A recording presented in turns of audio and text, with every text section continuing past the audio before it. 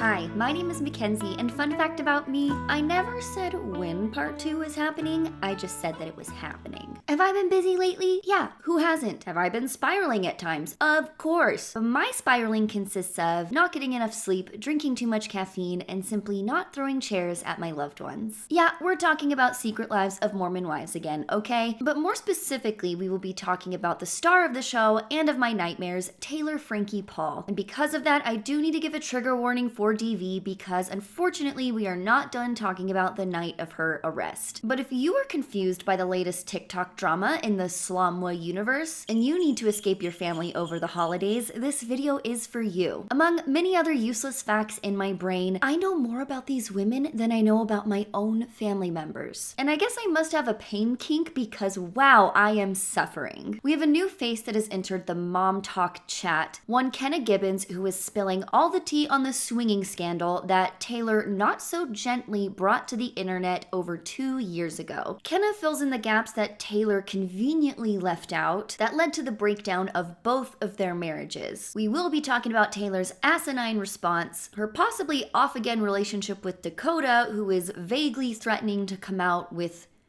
something, don't know what, and the building yet inevitable breakdown of their friend group. So grab your dirty, dirty Dr. Pepper and let's get started.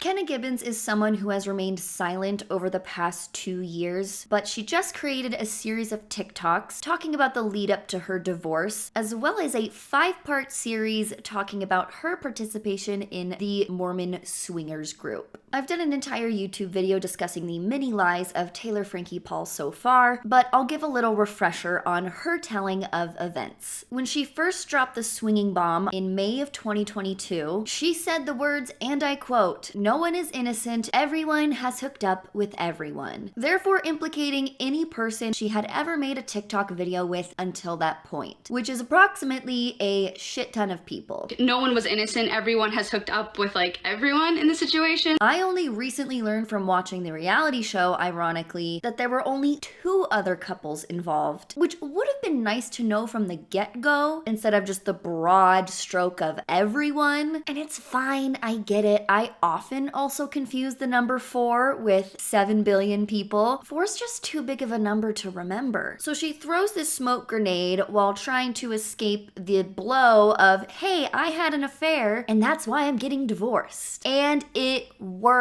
People were so busy freaking out about these Mormons all having sex with each other that the details got lost in the sauce, and she pretended that what she did was not worse than what anyone else did. It was. More often than not, she didn't even use the word affair, but instead chose to say she caught feelings like a high school crush. I wonder if he's gonna be at the next orgy. I'm so excited. I'm not saying nobody clocked this besides me, but the masses seemed to love how honest and transparent she was being, seemingly against her own interests because she was telling on herself as well, so people just chose to believe her. And I so wish that Kenna had come out with this information earlier on, but it does seem to be lifting some people finally out of the Taylor Frankie Paul spell that they're in, because some of y'all would let her kill your entire family and let her blame you for it. I'm the one that like told her where the knives were in my house, so like really it's on me. I'm sorry that that is dramatic, but you guys are literally being insane. Kenna Gibbons was betrayed not only by her trash bag of an ex-husband, Brayden Rowley, but by her so-called close friend, Taylor Paul, as she found out that not only were they having an emotional affair, but they were secretly meeting up at the Home Depot parking lot, confessing their undying love, and planning to leave their spouses for each other. I find out that they had been meeting up for some time now. They would meet up at Home Depot, which makes sense for location because I'm not going to question my ex if he's at Home Depot. And so here's what I found out. They had been meeting up. They had told each other that they loved one another and that they had plans to leave their spouses. Ah yes, Home Depot, the sexiest place to have an affair right next to the DMV and Joe's Crab Shack. Taylor has always painted the situation as one drunken night where she finally slept with Brayden outside of their consensual group playtime. Yes, I'm getting shunned for doing that, but it wasn't like I was like going around like hooking up with my friend's like husband. It was like we were at a party, I got belligerent, and we went and messed up like by ourselves rather with the whole group, if that makes sense. One time. It was a one-time thing because we were so like gone. Turns out the lie detector determined that was a lie. I am sure they were not just holding hands and gazing into each other's eyes under the Home Depot parking lights. And maybe they hadn't banged yet, but at least some hand stuff for sure. Being in love and conspiring behind your friend's back to get her husband to leave her is a very different story than the one Taylor has been telling. She left those details out. So why is Kenna just talking about this now and not 2 years ago? Well, like most normal people, she did not feel the need to immediately run to social media and air out her dirty laundry while her world was crumbling around her. TikTok has poisoned our brains, but there was a time not too long ago where people kept things to themselves. Imagine you just found out that your friend and your husband are sleeping together and they wanted to be together, and then that same friend goes on the internet and blames literally everyone but herself, and then she gets millions of followers from it. I would simply become a Disney villain. I wouldn't commit any crimes, but I would slowly be losing my mind in my sanctuary talking to my pet. Wait, I'm already doing that. Kenna also reveals more about the night that Taylor claims is the one and only time that her and Brayden slept together, which I am doubting hardcore because I can count on Taylor to be dishonest as much as I can count on the sun rising every day. And shocker, it is worse than how Taylor described it. As we were leaving, we had said to couple one's wife who lived in our same neighborhood, like, we can either take you home or you can stay here, but you're not like going to drive. We actually had left, and couple one's wife calls us and was like, actually, can you take me home? So we turn back around, we go grab her. As we're pulling into the neighborhood, she's like, actually, I have another friend coming to grab me. We get home, she left with her friend, and I know it was a fight between my ex and I because he was like, that wasn't a good friend for you to let her go. And I was like, she knows where she should be, I don't know. I put our son to bed, and then I was getting in the bath, and my ex comes in and is like, hey, she says she's not in a good place, she wants me to go grab her. And I'm like, I don't care. She's not welcome here, but you can take her home. I don't care. Back to my ex walking through the door. He went right upstairs, and I went into our room. And I was like, this is your chance. Tell me now. This is your chance. And he didn't. And it was late at this point, probably like 1 a.m. I don't know. I am like just shutting down, and I go to bed. He's down on the couch. So now it's probably like 3 or 4 in the afternoon. And my ex is like, okay, we kissed, but that's all that happened. And I'm like, okay. And I think I knew the end was coming, and it was just like so much weight was, I don't know. A few hours after that, couple two's wife called me and was like, Kenna, she just admitted they had, and I was like, okay. So I went out. I remember like looking at him on the couch, and I was like, you had with her? And he was like, yeah. And I was like, all right. I remember it feeling like so hard to say the words that he was having an affair on me. Now, I would like you to find in that clip the exact moment where she blames Taylor for the end of her marriage. Oh, wait. That's right, it doesn't exist. Most of Kenna's content is about her ex-husband, who is a freaking demon akin to Zach Affleck, and she only mentions Taylor's part because it's relevant to the story. But you would have thought the entire video she was calling Taylor a skank slut husband-stealing whore bag because of how visceral a reaction it got from her. I'll let you turn around and tell me that I'm much too proud to walk away from something when it's dead. Your dirty words come out to play when you are hurt. There's certain things that should be left unsaid. Hey, I got a question.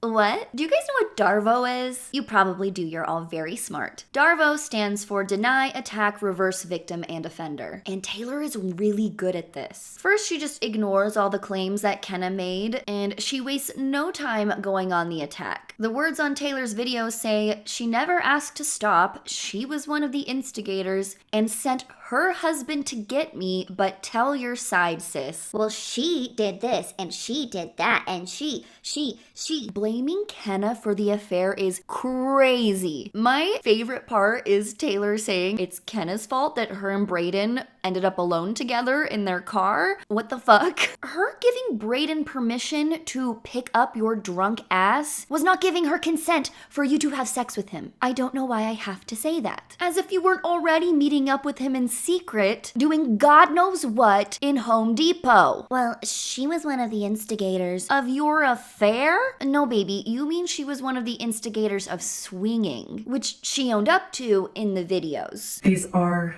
easily my biggest mistakes in life that I'm talking about publicly. So it's not easy. So many people can learn from my mistakes, which is why I share. I know we were making out, I don't know.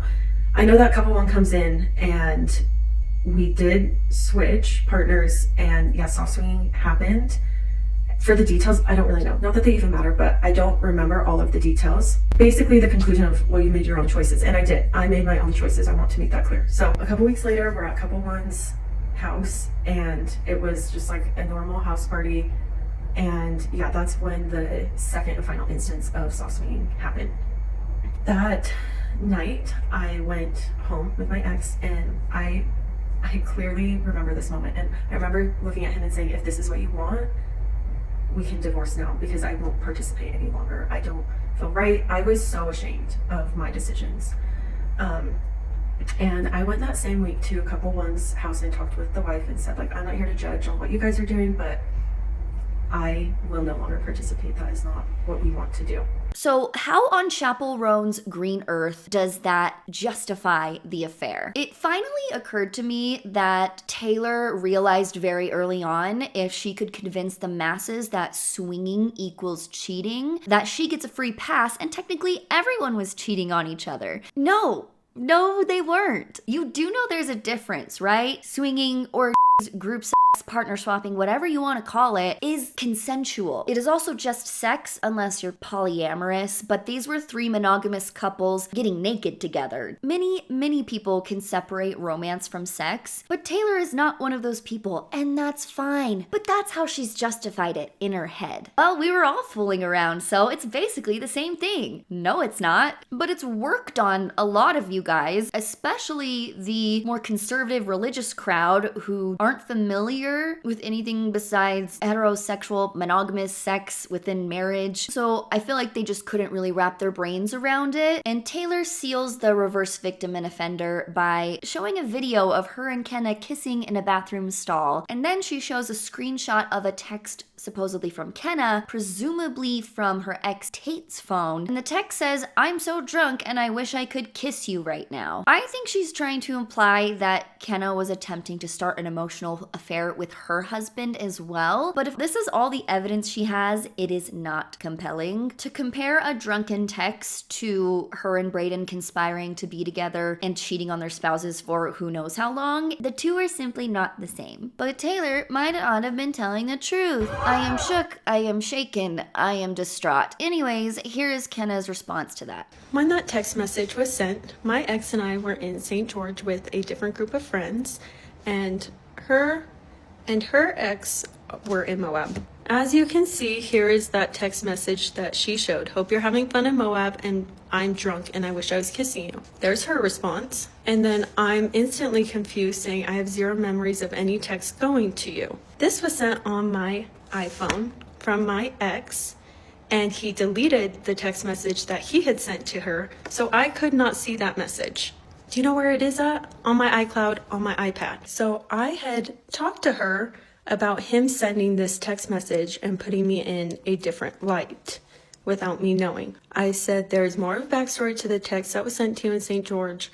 I was talking about you and wanting you there, and he texts you on my phone." Everyone thought it was a screenshot of Tate's phone, but Ken is now saying it was a screenshot of Taylor's phone and that she had the messages saved on her iPad, but that it wasn't Kenna texting her, it was actually Brayden. I'm confused too. Also, why would Chase use Taylor's name in third person if he was texting her? The answer I found in the comments is that it could have been a group chat because they didn't always show everyone's name in a preview if it was a group chat, and I am doing no further research on that and simply believing it because I am very lost. But Kenna shows the screenshots of the entirety of the conversation where it's clearly her and Taylor talking. So after the "I'm drunk and I wish I was kissing you" text, Taylor says that was the best to wake up to. Kenna says, "I don't remember texting you. What did it say? I was super drunk." Kenna also claims in this video that the reason she doesn't know what she texted her was because Brayden took her phone, texted that to Taylor, and then deleted it so that Kenna wouldn't see. But at that time, her and Taylor both laughed it off and it was not a big deal. But it was pointed out to me in the comment section something that Kenna does not address, which is that in her text to Taylor, she says, "So the backstory to that text is I told Brayden to text that to you." So now people are like, oh my gosh, like this is proof that she's lying and she knows she's the one who sent it. In my opinion, it sounds like she asked Brayden what happened because she doesn't remember due to being so intoxicated, and that is the story that he gave her. Like, no babe, you don't remember, but you asked me to text Taylor that. It was so funny and so weird. She hasn't made a video since then as of me editing this, but that is just my theory. But regardless of whoever sent that text, I think it's a big nothing burger because it wasn't saying, "I want you to leave your spouse for me." Like, how many times does Taylor have to be a conniving little gremlin for you guys to realize that she's a conniving little gremlin? This is also what we call grasping at straws. And for anyone who thought Kenna was only speaking up now to get on the reality show, she says that she has been offered to do Secret Lives of Mormon Wives multiple times and that she has turned it down multiple times, which makes perfect sense to me. I mean, look at the reaction it got out of Taylor. Imagine that, but like every single episode. But I do think Kenna is a lot better than subjecting herself to filming with her, so I think she's making the right decision. So here is Taylor's latest and most likely final response to Kenna's videos. I am fighting 2 different battles at once and I am literally exhausted. You know who came on with more receipts. This is the last thing I'm saying. If anything else comes out, I don't care. Like, you guys can assume what you want, the worst of me. Point was, she did enjoy it and she never wanted to stop. Her receipts that she show are in April, by the way. So to say that you're like feeling like you don't want to do this anymore. If she had wanted to stop, we have a planned trip in May to go to Mexico, but all 6 of us were like talking about our boundaries and like what was gonna happen. Okay? If I need to get the flight receipts of that being planned out for all 6 of us, I will. Bruh, the fact that she keeps thinking she has these slam dunks. She said she wanted to stop swinging. Why is she not allowed to go on vacation? I'm confused. If I need to pull the flight receipts. Girl, no one wants to see your receipts because your receipts suck. You have nothing left. You are shooting empties. Like, give it up. For people to say, oh, she owned up to what she did and she feels so bad. This is not giving that. This is not giving someone who feels bad that they cheated with their friend's husband. It's giving high school. Okay, sorry, she's almost done. Frustrating when they're all coming out to tell the truth and it's a little bit of, I didn't really want to do it. Like, I wanted to stop. I wasn't enjoying it. They enjoyed it, and I can show you guys how they enjoyed it. Did y'all hear what she just said? I don't think you did. They're gonna tell you they didn't enjoy it, but they did. Like, that's something a dude says who you cover your drink around. Are you trying to tell someone else what their sexual experience was? Like, that is so disgusting. If she was a guy saying this, you guys would not let her get away with it. I truly don't understand how not as many people seem to see how gross this is. The problem is, Kenna never said she was coerced into anything. She said she had remorse and regret. So those words, Taylor, you can look them up in a dictionary. I will send you one for Christmas. They mean after the fact. Afterwards, she didn't feel so good about it. And I didn't miss the veiled threat of her having more evidence. Like, what does she have? Revenge porn? Like, what is she inferring? She's gonna drop all of these sex tapes? Like, shut up. Never said she wanted to stop. My ex brought us together and said he wants to stop. And that has been my story for 2 years now. My story has been consistent for 2 years. There was also I love yous, blah, blah, blah. It was an emotional affair. Like, did you want me to give a play-by-play of what was said? I've already admitted and apologized for my part. Knew I was a villain in that story as well, and I've held a lot of guilt for that. And the timing of all of this sucks because I'm coming out from one direction and I'm having to defend myself of not being a liar. Another direction of friends of mine that are no longer gonna be friends. Lucky for me, I've had a lot of practice with this type of thing. I'm exhausted. I'm exhausted. It is so rich for Taylor to talk about timing when she wasted no time running to the internet talking about her affair. Guess how many days she waited? 8 days. 8 days. Kenna Gibbons found out about her husband's affair on May 14th, 2022. Taylor went live on TikTok on May 22nd, 2022. You didn't give Kenna any time to process or prepare or heal. I don't know if you guys had a conversation at all. Neither of them have mentioned that, but I'm sure she would have preferred you not do that soon. Again, you are not the victim here. You're exhausted, Taylor. I'm exhausted, but I can admit that I do this to myself. It's time that she does the same. Oh, you're fighting a battle right now? You mean the one that you started by going live 2 years ago and talking about everyone's business? No one is attacking you. Kenna is defending herself. Albeit a little late, but you started this shit online, and you literally cannot stop talking about it in interviews to this day. So swinging is where you full on switch partners, like swingers, right? Yes. And so for us, we like opened up our relationship of like playing games and being intimate all in front of each other. I think they were just like, hey, you guys should kiss, like me and my friend. And so party girl me was like, okay, like not a big deal. Like I kissed her, and then it kind of like escalated at every party. Like We do this for a while with this couple, cabin parties, making out in the same bed, intercourse in the same bed next to each other, and the girl's kissing and the husband's touching the other wife. I don't know if you want details, but So why can't she talk about it? You're allowed to mention it every 5 seconds, but she can't speak out about it for literally the first time? God, you are a hypocrite. Taylor saying Kenna is downplaying and has a victim mindset is straight up projection, because those are Taylor's middle names. The other battle Taylor's talking about is with her and her fellow castmates, which I'm sure we'll find out more about when season 2 airs next year. But I'm really hoping that the other women are starting to realize that Taylor always has an excuse, and this is just the way she is. She very much chooses to have drama and chaos in her life, and I think she goes back to that anytime things get too boring. It is fundamental to who she is as a person. Let's circle back to Kenna's ex-husband for a second. In most of Kenna's videos, she talked at length about all of the red flags in her previous marriage to Brayden, which included, but are not limited to, lying about being enrolled in school, cheating on her the first time with someone who is not Taylor, and oh yeah, faking his wife's death to his job. My ex was sent condolence flowers, and when I asked, it was, oh, there's another guy on my team with the same name, like first name. His wife isn't doing well. They probably sent it to the wrong house. I get a call from this company, answering it, expecting it to be my ex, and it's HR looking for him. And I was like, oh, this is his wife. How can I help you? They asked for my name and I stated, and I could hear the confusion on the other end. And they're like, ma'am, you need to talk to your husband. We were calling to start a life insurance paperwork for you. And I was like, oh, there's another guy on his team with the same name. I think his wife's not doing well. I think you have it confused. And they're like, no, we have on paper that it is you.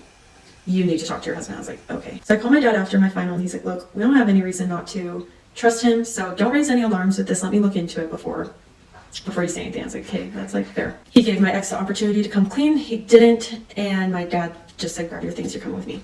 So we're at my parents, and that's when I figure out, like, yes, it is me that was told, like the company was told had died. And that's why paychecks weren't coming through, because my ex had taken a family leave. What I believe happened is that my ex started in on a lie because he wasn't performing at work, and the lie grew to be so big that he didn't know what to do with it. What do you mean? What do you mean? And yes, I know that everyone is going to and has said, well, she should have left him the first time. Yeah, if someone is continuously caught in lies, they're going to keep doing it. They're just going to get better at it. And if someone cheats on you, they're gonna do it again. Nope, they're gonna do it again. They're gonna do it again. But unfortunately, breaking up with someone is more complicated when 1, you have children together, and 2, your religion is a women-hating, victim-blaming machine that shames you into staying into an abusive relationship. Something that might be hard for people to wrap their minds around is that I immediately went back to my ex after I found out about the life insurance lie. And truth be told, it's because I wanted to believe the good. I wanted to believe it was just a dumb mistake, and I didn't want to look further than that. I think this is a theme throughout my whole marriage, and I think it's because I had this desire for what we could be, or the couple we could be, and I was not willing to let that go until I fought as hard as I could. We went and talked to our LDS church leader, And to preface, I don't believe this was a church issue. I believe this was a church leader's personal issue. And I think I would handle it so differently now. Yeah, I laid it all out of what had happened up from like the beginning of our marriage till this point and finding out about the infidelity. And I just remember he excused my ex from the room. Gosh. And this is why I think I would handle it so differently now. But he asked what I believe was missing from the home for him to search out other women. And I think that crushed me because I was already at such a low, and you already have such like a confidence like shot to yourself. And then to hear that, I truly believed that something was missing. I don't believe that now. I don't think cheating's ever okay.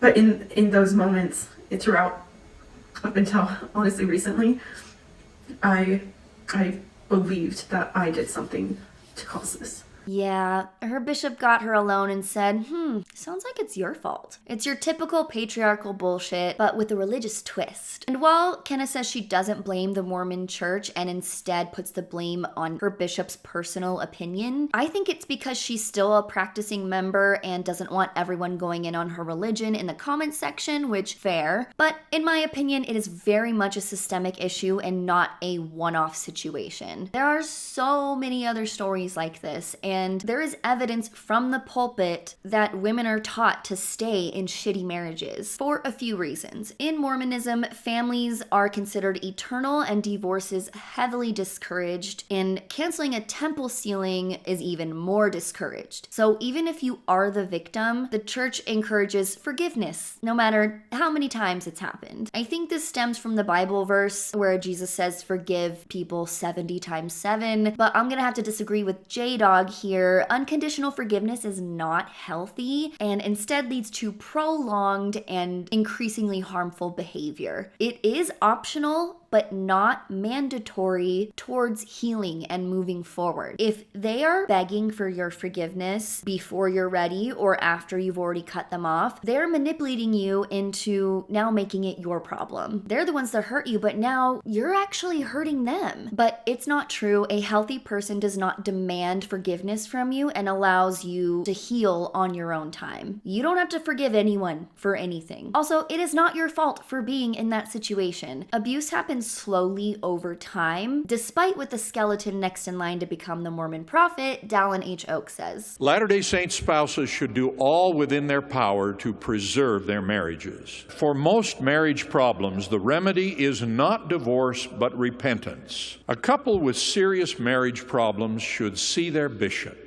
As the Lord's judge, he will give counsel and perhaps even discipline that will lead toward healing. Bishops do not counsel members to divorce, but they can help members with the consequences of their decisions. Of course, there can be times when one spouse falls short and the other is wounded and feels pain. When that happens, the one who is wronged should balance current disappointments against the good of the past and the brighter prospects of the future. In a marriage relationship, festering is destructive. Forgiving is divine. Even those who think their spouse is entirely to blame should not act hastily. One study found, quote, no evidence that divorce or separation typically made adults happier than staying in an unhappy marriage. 2 out of 3 unhappily married adults who avoided divorce reported being happily married 5 years later, end of quote. Okay, let's talk about this study really quick. This study was done by the Institute for American Values. Dallin quoted the 2 out of 3 unhappily married adults who avoided divorce or separation ended up happily married 5 years later. But in the paragraph right after that, if you actually read the study, says, does this mean that most unhappy spouses who divorced would have ended up happily married if they had stuck with their marriages? We can't say for sure. In most respects, unhappy spouses who divorced and unhappy spouses who stay married looked more similar than different before the divorce in terms of their psychological adjustment and family background. Yeah, he left that paragraph out. I also found an article talking about this same study, which came out in 2002, by the way, and a lot of Christians have quoted this since then, but more than 7 times in the report, they say that destructive marriages aren't likely to become happy and that divorce in those cases results in increased happiness. She found that people in destructive marriages are better off by divorcing and that 81% of those individuals who remarried during the study were happier in the next marriage. And we all know he did not actually read this study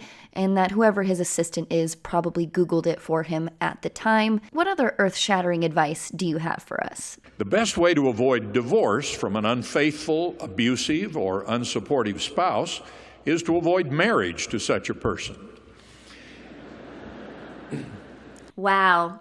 He solved it. Simply become a wizard and predict if your spouse will become abusive in the future, and then you can avoid all that nonsense. Remember, it's your fault if you marry someone who changes their behavior towards you after you get married. You must secretly like it. It also doesn't help that the church encourages people to marry young and have kids early, therefore not fully getting to know someone before committing your life to them. Marriage is clearly on the decline in the United States. This second chart shows a related increase in the age of marriage of young Latter-day Saints. Consider what young adult Latter-day Saints miss when their marriages are intentionally delayed for a significant period.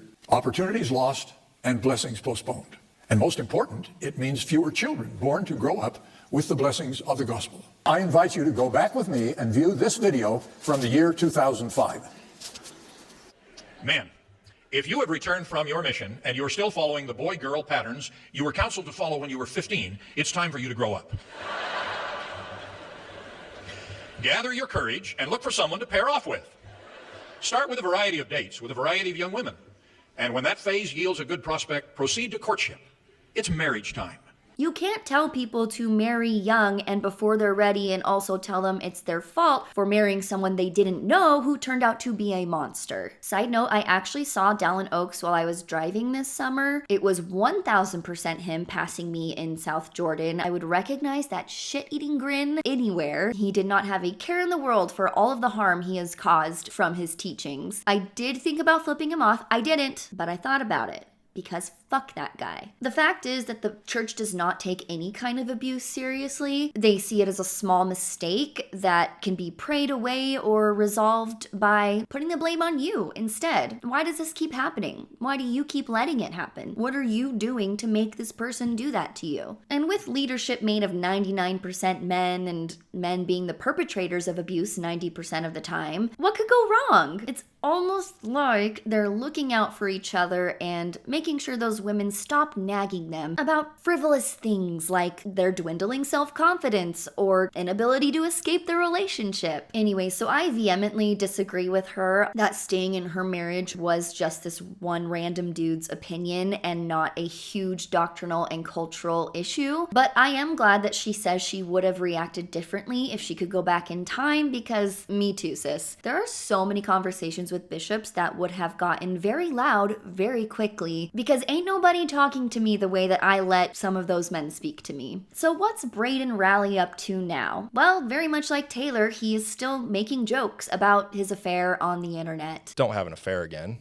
And 2, don't do it with a TikToker because it just blows this shit up. And now, looking into September with this Hulu show coming out. Hell yeah.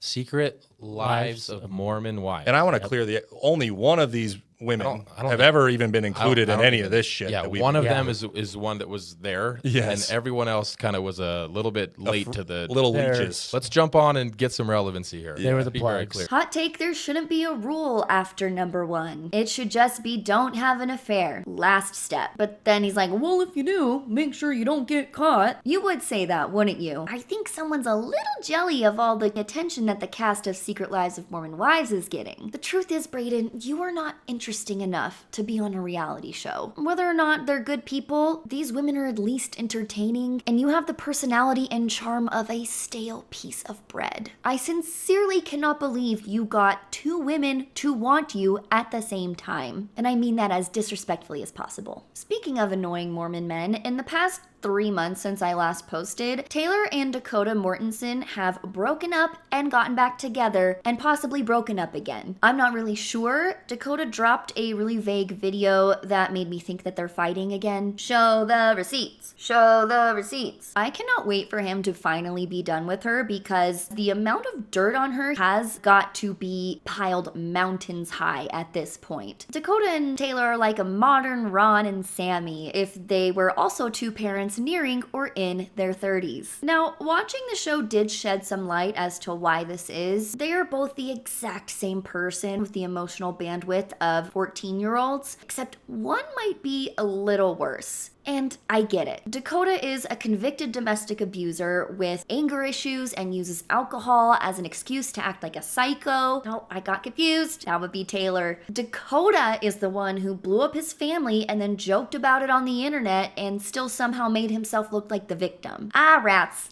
Got confused again. That would be Taylor. Dakota, from everything that I have seen on the show, has been generally the victim in all of this. He is definitely emotionally immature, but so is Taylor. He is impulsive and unstable, but so is Taylor. The one thing that she holds over his head and is a constant fight, at least on the show, is that she thinks he cheated on her, which he says he didn't, and there's zero evidence of that. The only time that Taylor has caught him in a lie is when they weren't officially together yet because Taylor couldn't fully commit to him, and so he went and slept with someone else and didn't tell her. Do you want to know why? Do you want to know why he didn't tell her? Because she told him not to. 3 weeks in, we're like getting closer. He's spending the night. We're like sleeping together.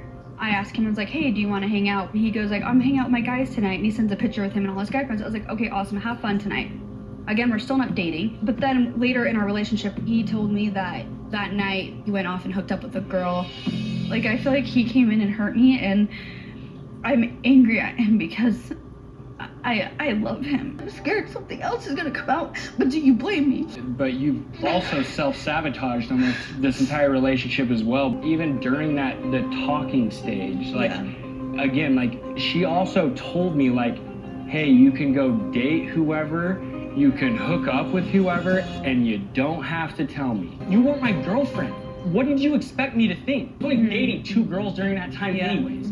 Like, is that not gross though? In Utah to date 2 people? No. To take out? Fuck me all week, lie to me, and then If you look at it that way, Taylor, yes. Yeah. Sure. And this is after I found out that he fucked a girl the night before he fucked me for the first time. Why won't you marry me? Why are you not ready? No shit. I'm scared that there's a third person. Then out why there. have a baby with me? I could still be with you and want to be with you. I don't have to want to marry you. For good reason. I don't trust you.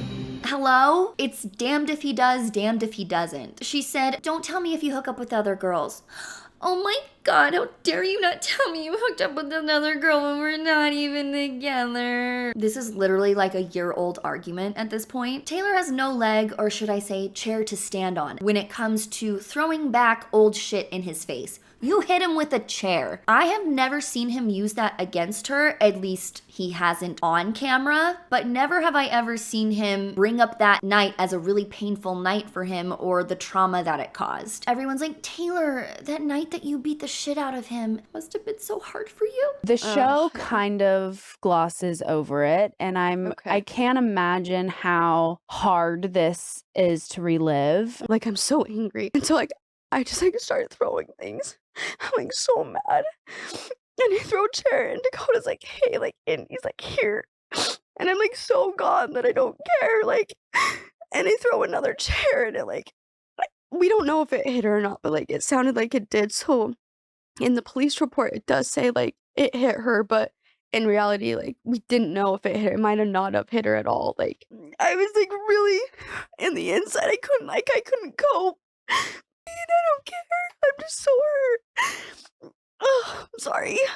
And that's what, like, hurts, is, like, I didn't think about her, you know? Something I didn't know until watching this interview was that she threw not 1, but 2 chairs at him. Also, she was very drunk, but she was admittedly not blackout drunk and said that she remembers everything. She said verbatim, quote, he told me Indy, her daughter, was on the couch, but I didn't care. That story has changed so many times, and I think that is the closest that we are getting to the truth. I put the entire body cam footage on my first video about Taylor, but if you haven't seen it, Dakota has video footage from that night. And in that video, it shows her throwing the chairs, and it also shows the chair hitting her child in the head. The only other people who have seen it are the cops, and that's why they pressed child abuse charges on her that night, as well as domestic abuse charges. But some not so very bright people on the internet think that he was the aggressor that night. Hey, no he wasn't. Not according to the police investigation, not according to Taylor. She injured her child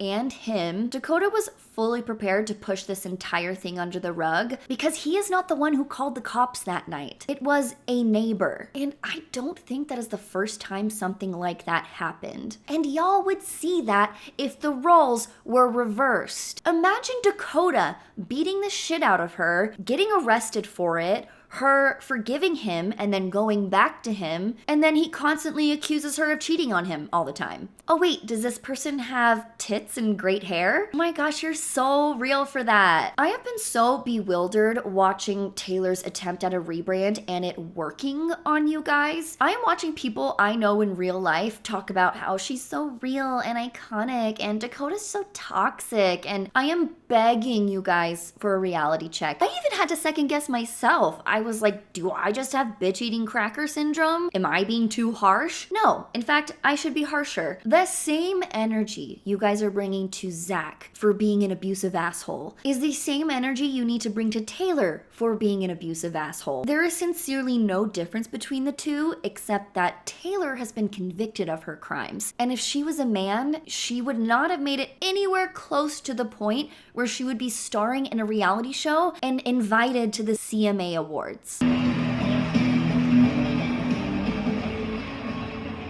Taylor, you're the perfect person for me to ask. What do you think about a show, The Secret Lives of Country Music Wives? I love it. What could possibly go wrong? Now here are the nominees for Vocal Duo of the Year. And the CMA Award for Vocal Duo of the Year goes to Brooks and Dunn. Her personality fell pretty flat on Secret Lives of Mormon Wives for me, so I'm not shocked she was the most unenthusiastic host who seemed like she didn't even want to be there, but it was still supposedly a big night for her. She posted this to her Instagram story, calling out her fellow castmates for their supposed lack of support of her CMA Awards non-award. It was literally just her standing up there and giving us nothing. Also, the only reason she was invited to the show is because both shows are hosted by Hulu. So they're doing self-promotion, basically. And Jesse read her to filth in the comment section. No more questions, Your Honor. The jury has made a decision. The court awards Jesse $1,000 for execution of the most perfect Instagram comment. For Taylor to publicly call out her in real life friends who she could have just texted or had a normal conversation with is so juvenile. She is just giving teenager at all times, and she is a grown woman with children. That's why on my last video I called Taylor the worst, despite Whitney being painted as the villain. But I am being treated like a crazy person for my critique of Taylor in my own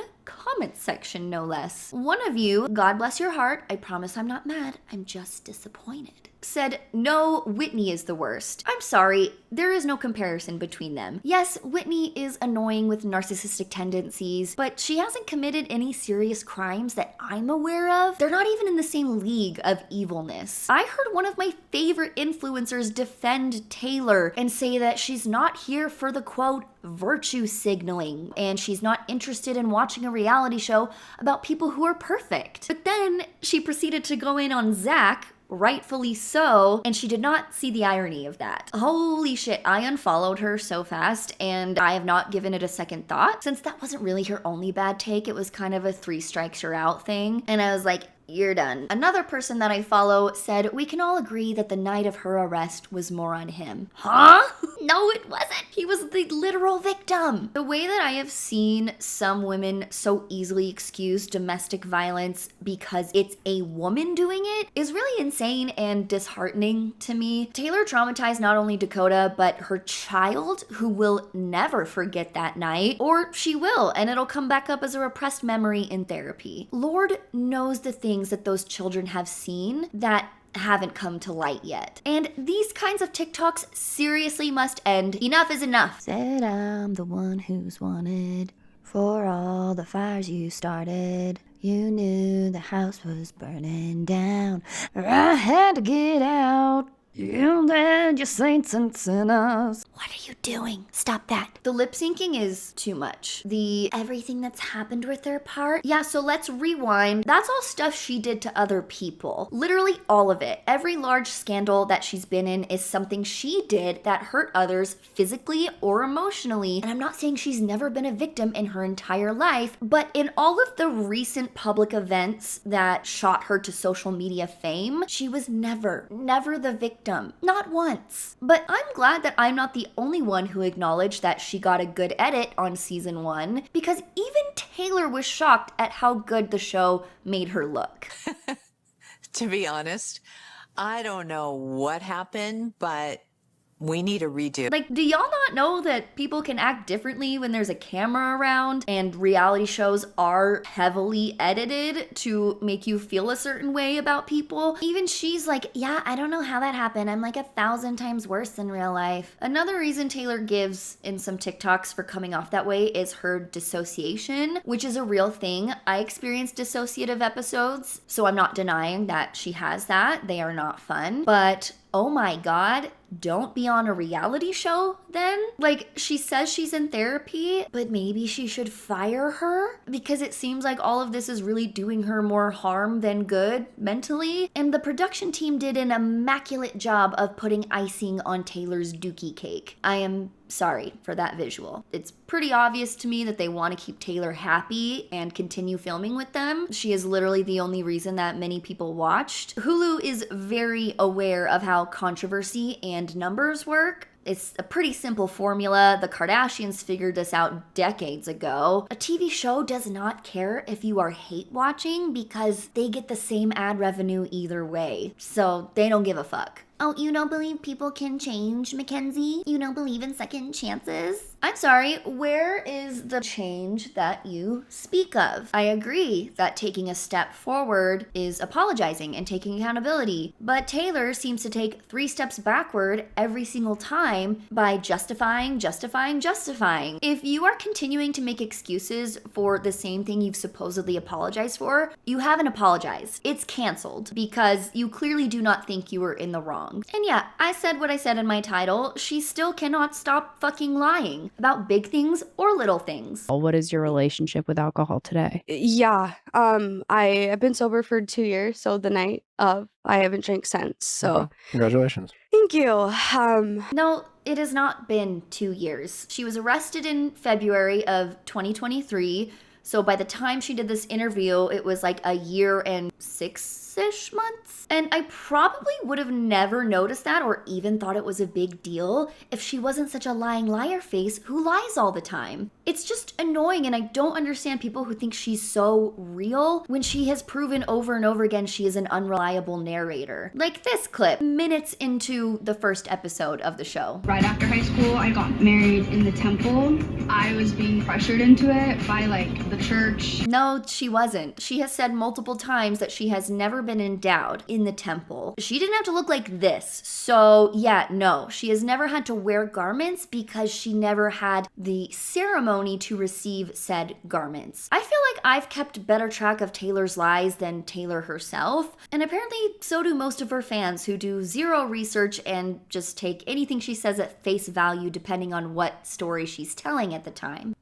In conclusion, if you are a Taylor stan and are over the age of 18, seek help. As fellow YouTuber Bailey Sarian says, get better idols. This is not the one to emulate. I am most likely going to be talking about these people again in the future since there is a season 2, but I'm not going to make any promises at this point as to when that's going to happen. I have obviously moved and I am trying to get this room figured out as well as my filming setup, so just bear with me that it's not going to be very cute in the meantime. I don't have my Trixie and Rexy pillow, but say goodbye to them. They can still hear you. I will talk to you guys later. Bye.